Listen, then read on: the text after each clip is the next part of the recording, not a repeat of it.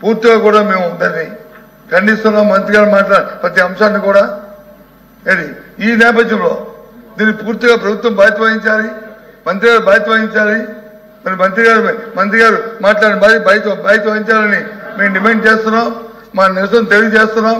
ఇటువంటి ఈ జరుగుతున్న ఈ పరిణామాల్లో మీ బాధ్యత కాకూడదని, ప్రజల మనోభావాలు దెబ్బతినకూడదని ఆ దేవదేవుడి మీద, అలాగే సంవత్సరంలో అప్పన్న దేవదేవుడి మీద మాకు మా వారి కరుణా కటాక్షాలు ఎప్పుడు ఈ రాష్ట్ర ప్రజలకు ఉండాలని, ఇలాంటి దుష్ట సాంప్రదాయాలు ఇలాంటి పరిస్థితులు జరగకూడదని చెప్పని మేము ఈ సభ నుంచి వాకౌట్ చేస్తున్నాం. అధ్యక్ష, నమస్కారం అధ్యక్ష.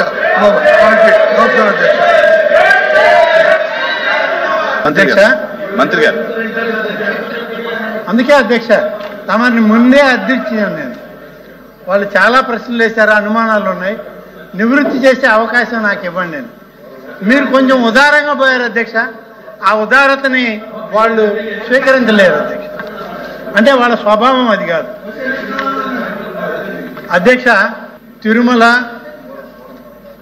వైకుంఠ ఏకాదశి, అలాగే చందనోత్సవం, సింహాచలం, ఈ రెండు ఇష్యూల మీద జరిగినటువంటి సంఘటనల మీద విచారణ నివేదికలు వచ్చాయి. సంబంధిత అధికారుల మీద చర్యలు తీసుకున్నాం. ఇంకా తప్పులు జరిగినాయని ఏదైనా ఉంటే వాటిని కూడా బాధ్యత తీసుకుంటాం. చనిపోయినటువంటి కుటుంబాలను ఆదుకునే ప్రయత్నం ప్రభుత్వ పరంగా చేస్తున్నాం. ఇవన్నీ కూడా చెప్పాను అధ్యక్ష. ఒకటి రెండు విషయాలు తమ దృష్టిలో పెట్టాలి. నిన్న మొన్న 2 రోజులు కాలేదు అధ్యక్ష, వాళ్ళ పార్టీకి చెందినటువంటి మాజీ టీటీడీ చైర్మన్ ఏం స్టేట్మెంట్ ఇచ్చాడు అధ్యక్ష? మలమూత్రాలు, మద్యం బాటిల్, మధ్య మహావిష్ణు విగ్రహం అక్కడ పడి ఉంది, టీటీడీ పాలక మండలి తీరిది అన్నాడు అధ్యక్ష. మేము దాని గురించి ఎంక్వైరీ చేశాం. తిరుమల సబ్జెక్ట్ వచ్చింది కాబట్టి చెప్పాలి అధ్యక్ష. ఆ శిల్పం చెక్కడానికి పూనుకున్నటువంటి శిల్పి తాలూకా స్టేట్మెంట్ అధ్యక్ష. స్థపతి కన్నాచారి ఆయన కుమారుడు స్టేట్మెంట్ ఇది. గురుస్వామి 22 సంవత్సరాల క్రితం మా తండ్రి గారు బెంగళూరుకి చెందిన వారి కోసం వారిచ్చిన డ్రాయింగ్ మేరకు శనీశ్వరుడి విగ్రహాన్ని చేపట్టాం. విగ్రహంలో సింహభాగం పూర్తయ్యే పరిస్థితుల్లో గద ఆయుధంగాను చేతుల శిల్పాన్ని చెక్కాం. విగ్రహ ప్రతిష్టలోగానే ఎవరైతే కాంట్రాక్ట్ ఇచ్చిన వ్యక్తి ఉన్నాడో మరణించాడు. వారి కుటుంబ సభ్యులు కూడా ఈ విగ్రహాన్ని తీసుకుపోవడానికి ఇష్టపడలేదు.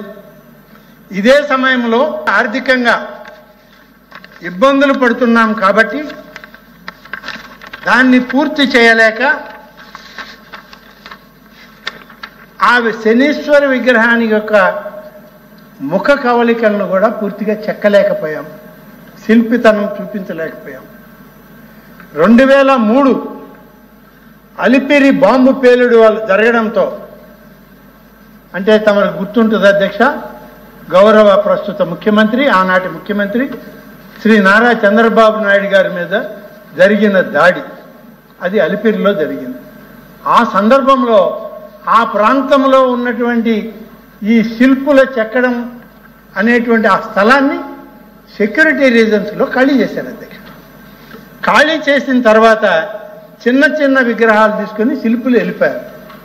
ఈ భారీ విగ్రహం అక్కడే పడిపోయింది. ఇది పూర్తి కాని విగ్రహం. శిల్పులు తీసుకెళ్ళలేదు, దాన్ని శిల్పంగా చెక్కమన్న ఆ పెద్ద మనిషి మరణించాడు.